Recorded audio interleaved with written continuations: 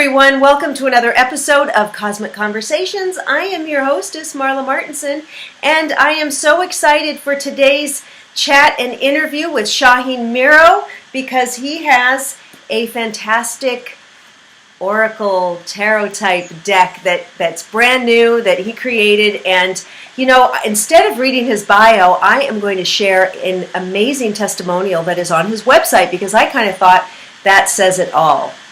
So Julie D. in Michigan says, I discovered the Lunar Nomad Oracle walking down a wide aisle in a Midwestern bookstore just over a month ago.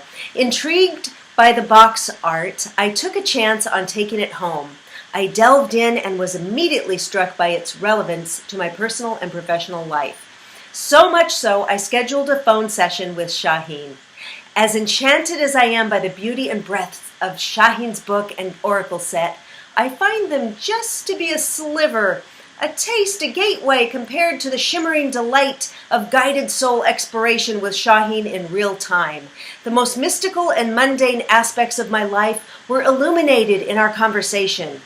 And so incredibly kindly, lyrically, and perceptively, I was and still am blown away. It is no exaggeration to say I learned as much about myself as a result of our hour of work as I have from decades of intensive study, travel, and meditation. It was like walking into a dream or a diamond mine that you discover is really your life. Shaheen is an open, accessible fellow traveler whose enjoyment and dedication are palpable. His style is warm, engaging, honest, and empowering, and I absolutely loved it.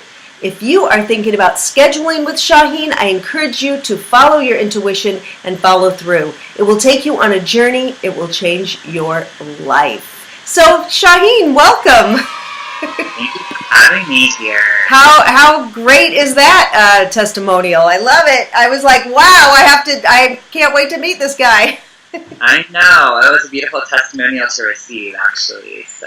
So just tell everybody a little bit about yourself. What your mystical offerings are. Were you born with them? Where are you from? Just give us a little taste of you. Yeah. So I currently live in Ohio, and so I've been an intuitive basically my whole life. I started learning tarot when I was around 5 or 6. And it was my mother's way of helping me understand all of the psychic experiences that I was having.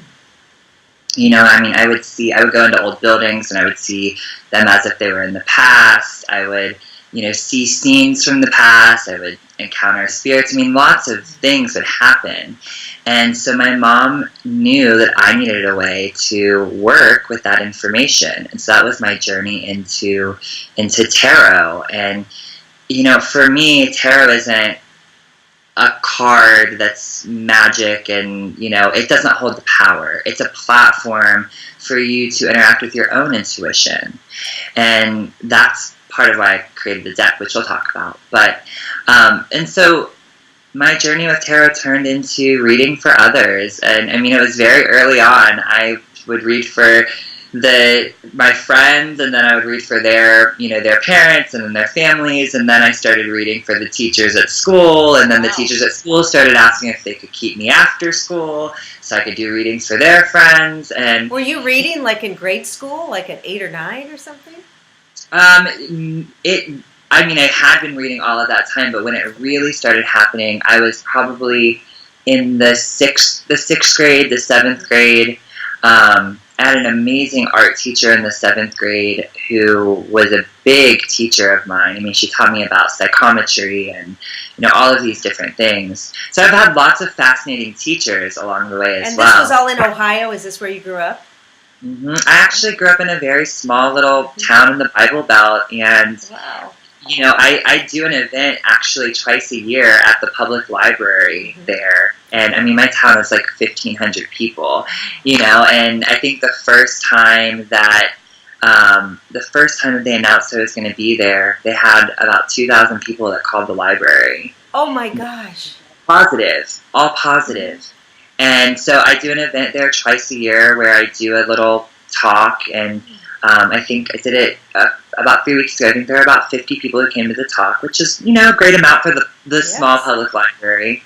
And then this past time I did about 4 hours of reading. So just little mini readings, and it fills up the moment I'm there. It's just little 10-minute readings. And then, most of those people have become clients and come and do a full session with me. Oh, beautiful, beautiful. And was your mother psychic too, or intuitive, or into this stuff already? So that's why she knew that what you needed? Yeah. So my mom is very psychic, very intuitive. She has her own handful of amazing gifts and experiences. Right. But it's interesting. All of my family, my cousins, my aunts and uncles, everyone has sort of very interesting experiences, very fascinating psychic experiences, and that are similar and also very different. So that's part of why I'm so fascinated by this work. And over the years, I have clients that I've worked with since I was 13 or 14. I started working at a shop doing readings when I was 15, when I was in high school. How old are you now? I'm 28. Okay. So I'm still pretty young, but... Yeah, but that's... So, Shaheen, tell me, did you ever have any other job? Did you ever want another career? Or was this something, since you picked up that deck at 5, you were like, this is my path? I always knew that doing intuitive work was the path that I wanted to go down, but I've always loved writing as well, and I love art. And I studied fashion design. I have a bachelor's of science for fashion design. So that was my education, but I've always loved anything that involved creativity and involved using the intuitive side of your brain. So sometimes I do freelance for photo shoots and videos and things like that, because I love being in that world as well. But I always knew that I wanted to go down the path of teaching and sharing and inviting people into their experience of expressing themselves intuitively and creatively. And most recently, I've been leading a private group, which is called the Lunar Alchemy Experience. And it was a private, I guess you could say, intuitive or spiritual coaching group. And we met for a whole month, once a week, and I used the moon phases as a platform to help them create healing and change and movement in their lives for transformation. And so that was a pretty big commitment, because we were meeting once a week, and I was doing private sessions with each person. And there were 5 or 6 of us in the group. And I was writing content for it the whole time. Right. As Beautiful. well, so it was magical. And so this beautiful deck that this is all your artwork? Yes, I created everything in it. Yeah. Look at this, you guys. Yes. What? I do mixed media. Mixed media. So they are it's collage. Yeah. So. Right. So they're not really paintings, but it's like a collage that then you put on just some of these, and some of them are similar to the tower. Now talk about this deck, how many cards are in the deck, and they're quite large, they're a lot bigger than tarot, and that they are based on the Lenormand system. And tell us a little bit about what that is and how it differs from tarot and why you chose to do this way. So, the way that let me just say, the way that I create the artwork that I create, I paint with other images, basically. So, when we think of collage, we think of, like, I'll cut this image out and I'll put it on top of this image. Right. To me, it's a very different experience, because it's a combination of digital and physical. So I might paint some watercolors or do something and then scan it in. And then I weave all of these layers together. So, I might find a little tiny texture in something and think, ooh, that speaks to me. I'm going to use that in a whole new way. So the process for me of creating any kind of artwork is very intuitive in and of itself.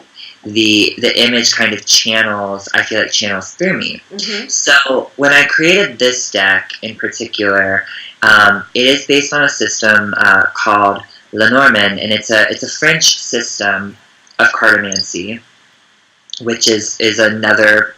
Tarot is a form of cartomancy, if people don't know.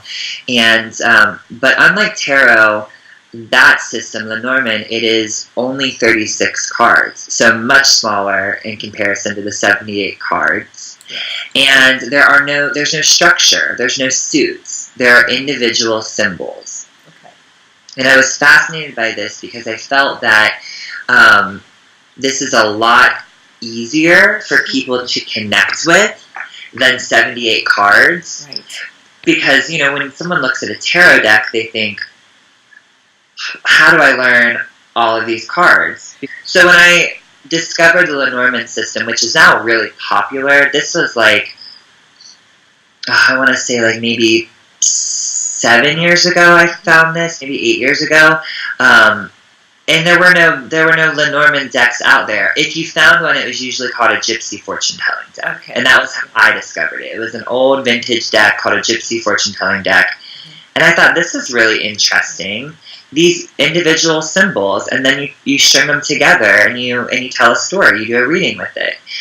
And I have a background in tea leaf reading. Oh, nice. And so I instantly recognized, these symbols are like tea leaf reading. And tea leaf reading is fascinating because you look for shapes, for symbols in a cup, and you start to tell a story. And unlike a deck of cards, when you look into a cup of tea leaves, there's no illustration. There's just the contrast of leaves that have formed these sort of abstract, like ink blot type of images against the cup itself.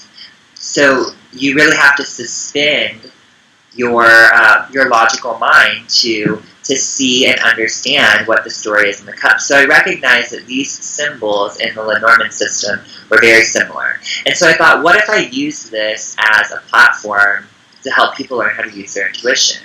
I was just fascinated by it. And I started creating artwork based on it. And it wasn't like, I'm gonna create the star card and it needs to look this certain way. Mm-hmm. It was sort of like, here's the star card, how does that want to come through? And if you look at a traditional Lenormand deck, they're not rich illustrations, they are emblems. If it's a star, it's like a star. Right. That's it. Right.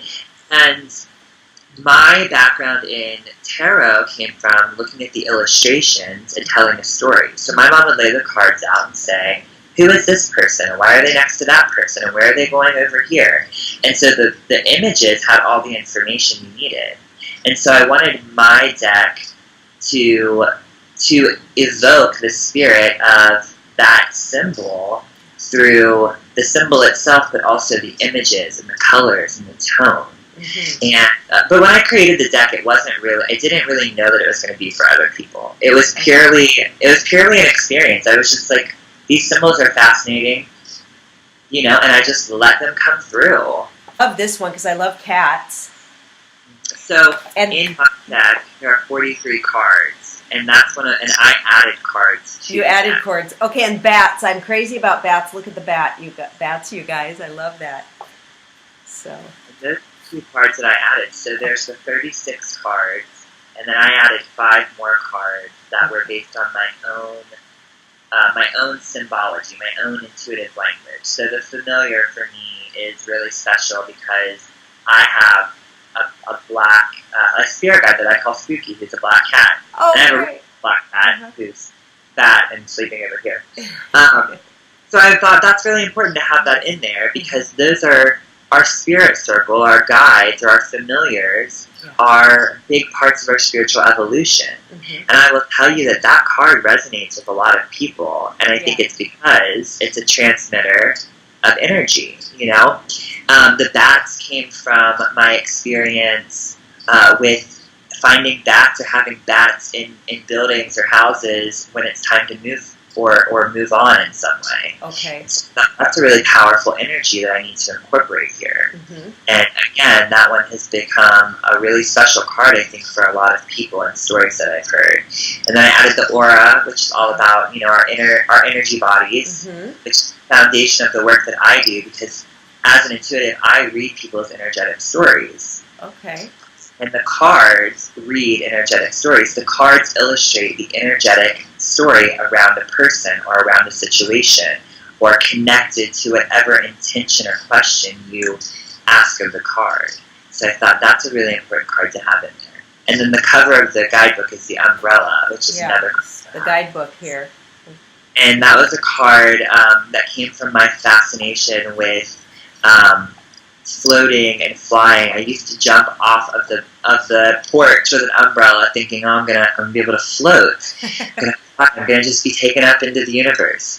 And then I had a realization, as I got older, that you are flying through life. I mean, it's just it's a state of being.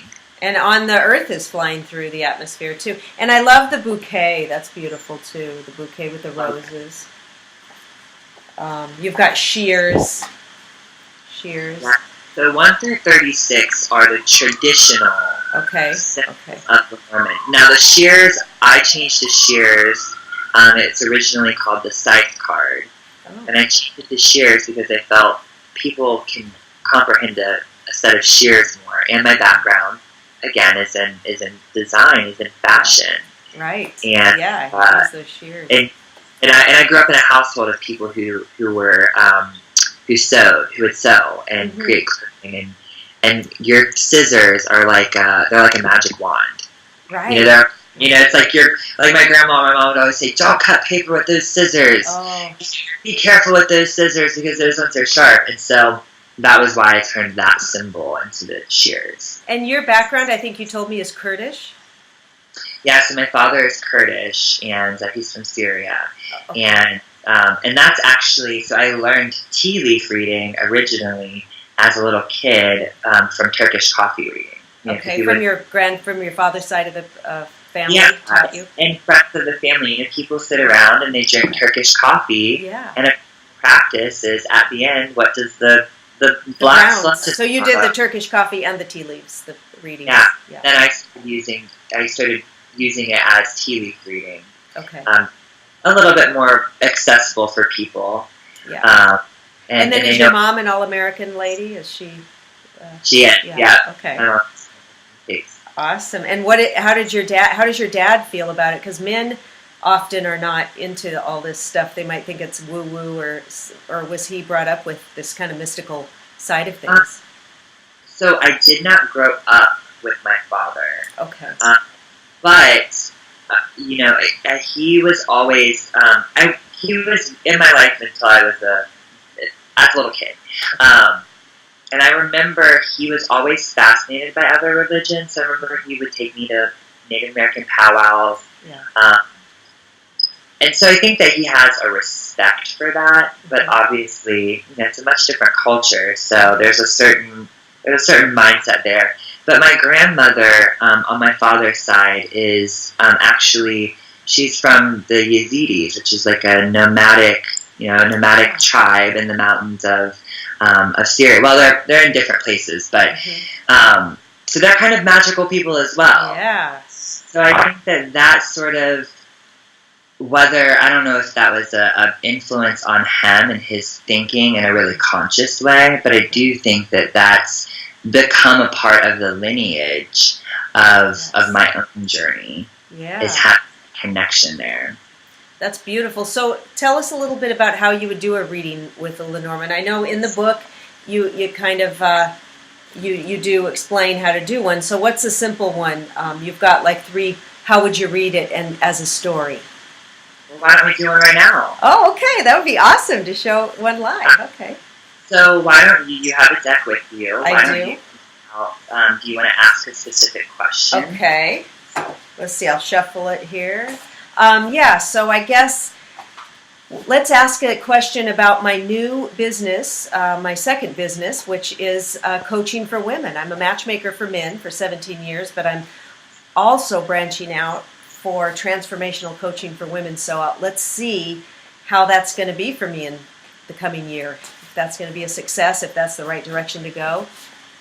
So put that energy into the deck and shuffle it hard if you want. They're big, so you can't really do it this way, so I'm just kind of... Yeah, and I'll talk about why they're so big in a second. But when you feel ready, just pull one card. Okay, so now what? Just pull one card randomly. Okay, pull one card randomly. Okay, got it.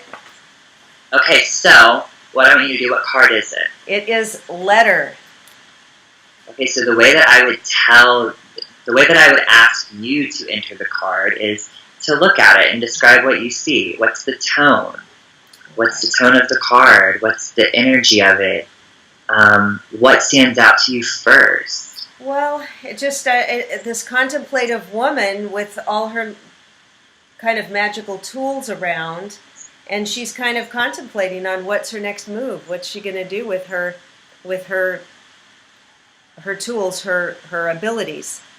Yeah, which I think is absolutely right on. And then the next piece that I would add to it is, what about this experience that you're wanting to create for people, what writing needs to be done for that? Mm-hmm.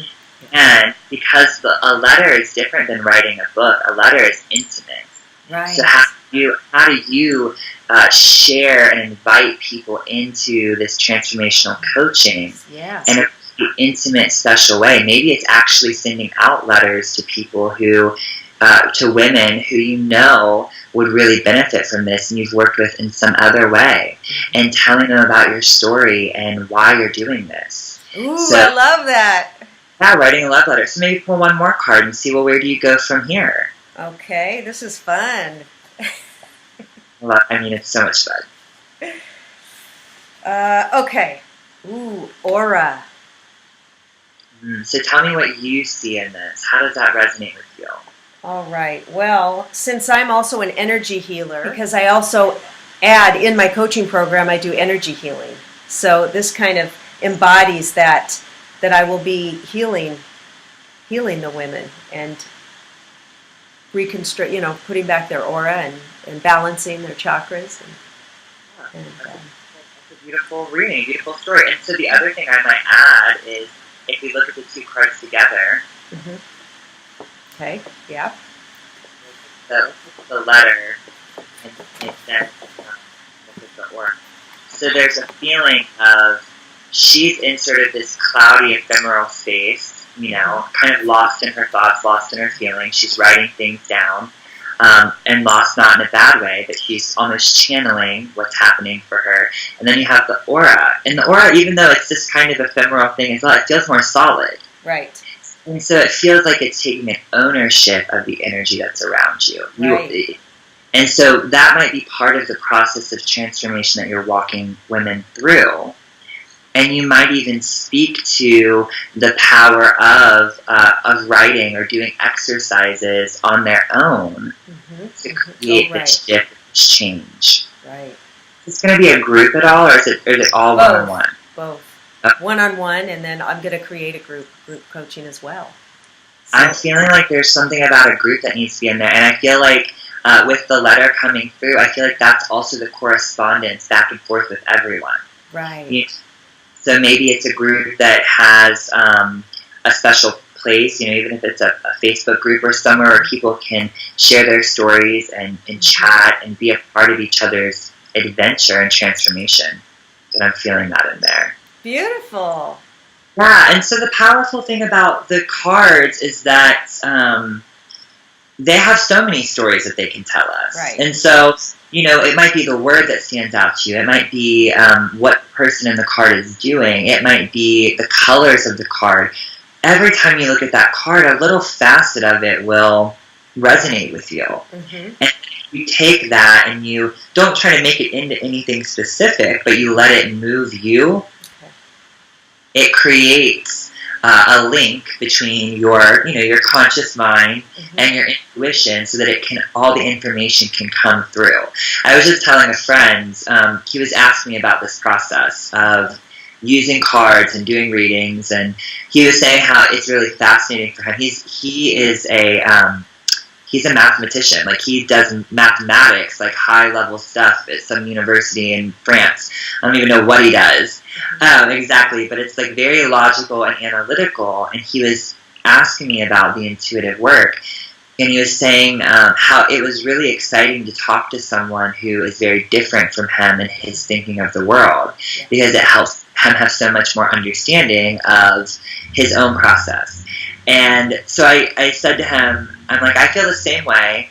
And I told him, like, sometimes people who have no clue, like someone who doesn't know tarot or know Lenormand, have a lot of wisdom because they're letting those images and the interaction completely speak to them unfiltered. And I said, so if you sat two tarot readers down and you pulled the wheel card and you're like, well, what does the wheel mean? And one's saying, oh, it means change and transformation. And the other one's saying, you know, yeah, forward movement and fate. And then suddenly the lady across the table, who's some little old woman from Kentucky, looks over and says, that's the wheel of my car.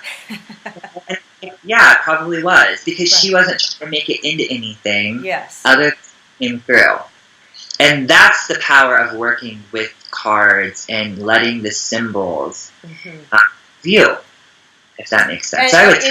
That's great. And in the book, the little book is just so beautiful, and I love your writing too, because in the beginning you write something about the lunar self, and it's really beautiful writings. And it does give meanings to each card so that you can have those basic meanings. You're not floundering in them, and then using your intuition.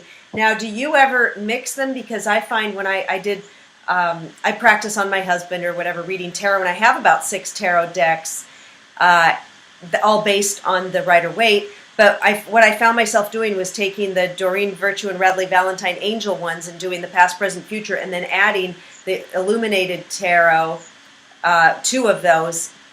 Like I mixed the decks. So I could see mixing this deck with the tarot deck, I mean, in the spread.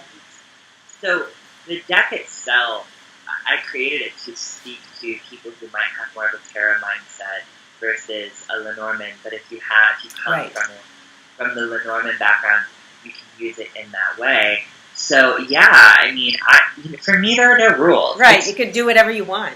You know, and I mean, I usually have a couple of decks out when I do a reading, and I just see which ones speak to me. And sometimes I will pull one card from one deck, and then, you know, the rest of the reading might be done from a whole nother deck. Or I might pull one card and then I just start going and I never pull another card, and you know, a whole hour reading came from that one card.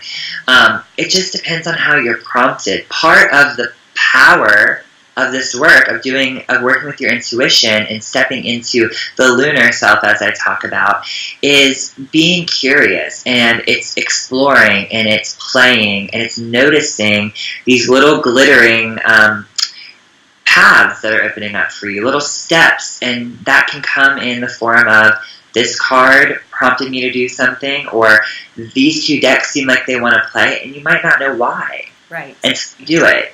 And so I really encourage people to play. Now, I will say, with the cards being large, and I know some people are like, oh my god, these are so big, how do I shuffle them?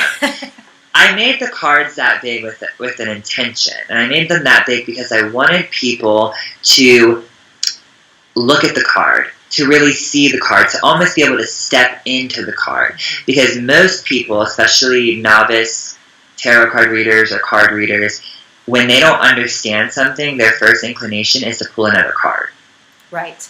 And if you keep pulling another card, that's like saying, this soup doesn't taste good, so I'm going to keep adding stuff to it without thinking about, well, what does it need? You're mingling even more energies into the reading, and you're further diluting the message. Yes. So you should only add another card if it's going to flesh out the information, not when you're confused. And so I always tell people, you're looking for a big sign. Yeah. Here's the big sign. It's this card. Pay attention to it. Right.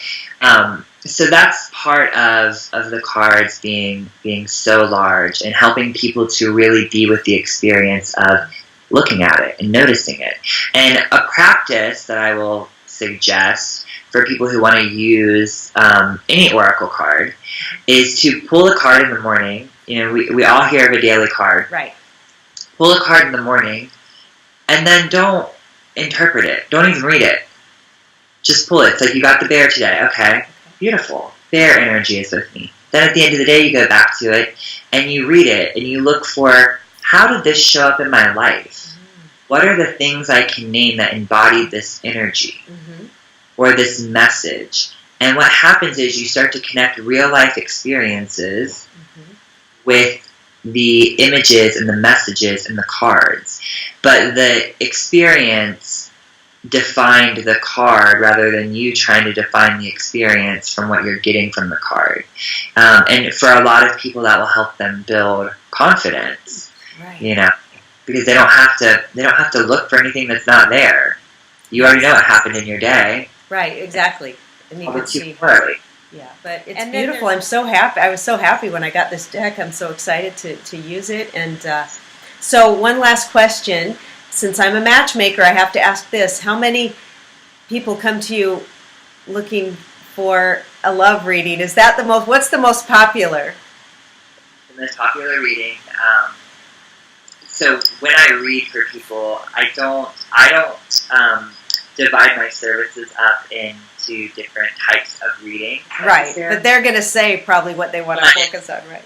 A lot of times when I start a reading, I will say to the person, either I can tell you what's coming through first and see where the energy takes us, or there's something you want to begin with. And a lot of times people have a burning question or an area of their life they want to know about. And a lot of times it's love. A lot of people want to know when the right person is coming. Right, when's he coming? That's the question I get from when? The interesting thing is, because of my perspective of how this all works, usually we'll look at it, but then I'll say, well, when are you ready? Yes. When are you ready for them to come? Are you ready? When are you ready? And are you ready? Yeah. What work have you been doing on this? So for me, the transformational piece of doing intuitive work and using readings as a platform for change is that it gives people an opportunity to see that energetic story in real time. Right. So often I will say things or I'll give pieces of information that validate so much what the person has been thinking or feeling or even what they've been avoiding, because that happens a lot. And by doing that, it sort of aligns them. And it gives people an opportunity to see what are you actually creating in your life. So I don't ever want a person to leave a reading feeling like they're not empowered. Right. And to get a reading that says, yeah, in 6 months you're going to do this, that, and the other thing, that happens. Prediction's not hard. Yes. Honest. Okay. Not a hard piece. But if that doesn't feel like it's within your control, then I haven't served you as a spiritual, as a spirit worker, as an intuitive. So relationships come up pretty often. Also work and money, and purpose. Right. I would say a lot of times information comes through about health and well-being. That's not always what people want to focus on. Right. Because maybe to find that love, you need to lose 50 pounds, or get in better shape or healthy or something energetically. So then it's self-work. And people might be coming just for that quick answer instead of putting it back on them. This is what you're going to have to do to manifest it. Yeah, and I always meet people where they are. So if they want to ask a question, we'll look at the question, and then we'll take this. But usually I find there's a question under the question, under the question, and just unraveling it in session allows us to create a lot of traction. Yeah. So it's very transformational. And I have some clients who, I always say, people usually come to me who are in resistance. They're not feeling fluid and moving and manifesting and creating the life they want. And then after we've worked together for a while, after, we've done readings for, maybe just a couple of sessions, I start to notice the questions change. Right. It starts to be less about, does this person love me? And more about, how can I feel more love in my life? Yes, exactly. Yes. Yeah. And so it starts to become proactive. Right. And one of the ways that I describe that is we're always, we have to make an agreement. So mentally, physically, spiritually, and emotionally, we have to be in agreement with whatever we're creating. And I find a lot of times in relationships, and I usually talk about this when someone asks that question, I'll tell them, your mind, you consciously are saying, I want a relationship. but your body is afraid of a relationship right now. Right. Energetically, I can see that your body is afraid of a relationship. You don't feel safe, or you don't feel good. Like you said, maybe you need to lose weight. Or your heart is not there. You're wanting a new relationship, but your heart is over here with so-and-so from 10 years ago. Yes. That's right. I see that because as a matchmaker, the men are my paying clients, and some of them will say, "Oh, I really want somebody in my life," but their actions are not. They're too picky. Their list is too long. They won't drive an hour. They won't. They're all these things they're blocking. It's like, well, do you really? Because if that was really your goal, you would loosen up a little on your parameters. You'd drive a little farther. You'd see what can I open up here to really, instead of saying, nope, it has to be on my terms, and if it's not, then I'm not meeting them. And so I try to open them up and talk about that and get them coaching, because it's so true. We'll say we want something, but do we really? Or are we really willing to do the work to get it? Yeah. And that to me, when you're in that place, you can have a tool like my deck, you can start to play that out, and people can start to see different facets of the story they're telling themselves they couldn't see before. Right. So if someone is watching this and they're like, well, that kind of sounds like me, it's like, well, then lay out the cards and ask, what am I really wanting? And start to look at the story that's there, because we're so multifaceted, and we have so many parts of us that are working all at one time, and yet we live in a society that's very solar, as I talk about in the guidebook, that wants to just look at what's right here. What's right here, and there's no stretching bigger. And solar, that's the masculine energy, right? That's the sun, So in the guidebook, I talk about the deck is an exploration of the lunar self. And the lunar self is the feminine, which doesn't mean biologically or the feminine energy, the intuition, the intuition and imagination, creativity, and receptivity. Yes. It's about tapping into that, which is very foreign to most of us, to enrich ourselves in it, because we live in a world that is solar. It's masculine. It is all about analyzing, taking action, and controlling and dominating. It's about giving, and in the sense of domination. And domination doesn't have to be a bad thing necessarily. That's the word I'm going to use. And so the deck is about slipping into that lunar self. Now, the goal isn't to get out of the solar or out of the masculine or out of the analytical and just into the lunar. It's about bringing the two together. And the way I describe that is the lunar says, I can dream, but I can't build. And the solar says, I can build, but I can't dream. So most people who are stuck in the solar are doing a bunch of stuff in their life, and they don't even know why. Right. They don't know why they went to school to be a doctor. They don't know why they keep, getting into relationships where they're trying to save someone. They don't know why they, wear khaki pants every day. Like, there's no real reasoning behind it that they have chosen. Their collected thoughts and feelings and beliefs through their experience have kind of led them to keep doing without asking the why part. And the lunar allows you to ask the why and dream on it. And I know that you've probably met people who are in more of that lunar space, and they can be really spaced out. Yeah. It's like there is no grounding. It's like you can't have and you don't want to be in either. You want to be interconnected. You want to dream and build together.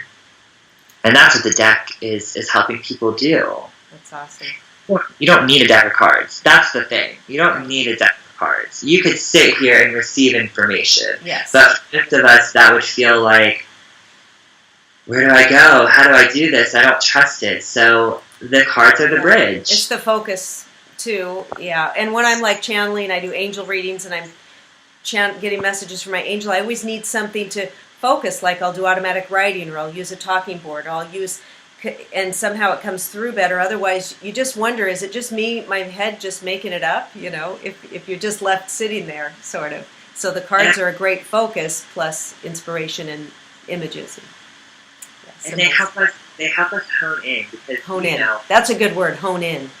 Because, when I sit down with someone And like I said, sometimes I just pull one card and I read because it gives me the entry point, because we have so many different facets of energy around us that I could get lost in your head or I'd get lost in your heart. It's like, so where do you need to go at that time? And that's what the cards help you do. That is beautiful. So can people get the cards? Are they on Amazon? All your links are below. You guys' link to his website is below in the show notes. But where's the easiest place to go for your cards? So you can get the deck on Amazon. You can get it at Barnes & Noble. Okay. You should be able to get it at any of your favorite bookstores. It should be in most traditional bookstores. And you can buy it through my website. And if you buy it through my website, you get a little special gift that changes. So, it changed. You changed the gift? Yeah. So right now, if you buy it through my website, you get to do. I do a 3-card reading for you. Oh, nice. Okay. And then, if someone wants to have a reading from you, they just do the schedule. You have a schedule on your website it goes to, and you can do that. Which is ShaheenMiroInsights.com, and there's a link to book a session, and it'll show you my scheduler, and it'll show you my offerings, which are based on time, and choose a time and go from there. Okay, and you do the one-on-ones on Skype, so people can see. It depends. So sometimes people like to do it on Skype or phone, and if a person is around, we can do it in person. They can pop over. All right. Well, yeah, I wish I was there to go to one of your talks and events. Wouldn't that be fun? Now, if you come out to LA, that's what I'll have to pop over. Well, because I love LA, and I do get there sometimes for events. So awesome. I was there last year. I did an event. Where did you do it? So I was actually there last year for the Victoria Beckham had her launch party for her collaboration with Target. They flew me in to do tea leaf reading. Oh my gosh, this is amazing! Yeah. Right, so I did that, and then since I have lots of clients there, I did a couple private workshops with groups of people, and then I had a couple clients that put together days where I did readings. Now, people might be wondering, people who are doing the readings and stuff. Now, how do you get a gig like that? How did you get hooked up? Found me and they contacted me. They found you and contacted you. Amazing. Yeah, I don't know where they found me, or I actually have lots of people that reach out to me for events like that, especially around tea leaf reading. Oh. But it's all people find it. People find me. So transmit loud and clear. That's my advice. That's right. Well, I mean, it seems like this is your life's work. From a very little boy, you were meant to do this, and the universe wants you to do this work to help people. So they're definitely the guides and angels in the universe is putting you out there and having people find you because of your great work. So I feel blessed, honestly, to be able to do this. It is so magical. It's so great. It's just so.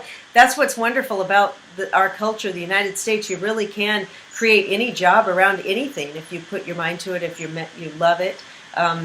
Who would have thought, years ago that people would be creating this kind of a magical career for themselves? That is actually, I love that you bring that up just quickly, because I feel like that is actually something that conversations in some of my readings have shifted to. Really want to create that path for themselves. Right. And I love that we have that opportunity, so it's just exciting. All right, Shaheen, thank you so much for stopping by and chatting all things tarot and Lenormand and oracle cards and sharing your wisdom and for my little mini reading. It's just been a delight.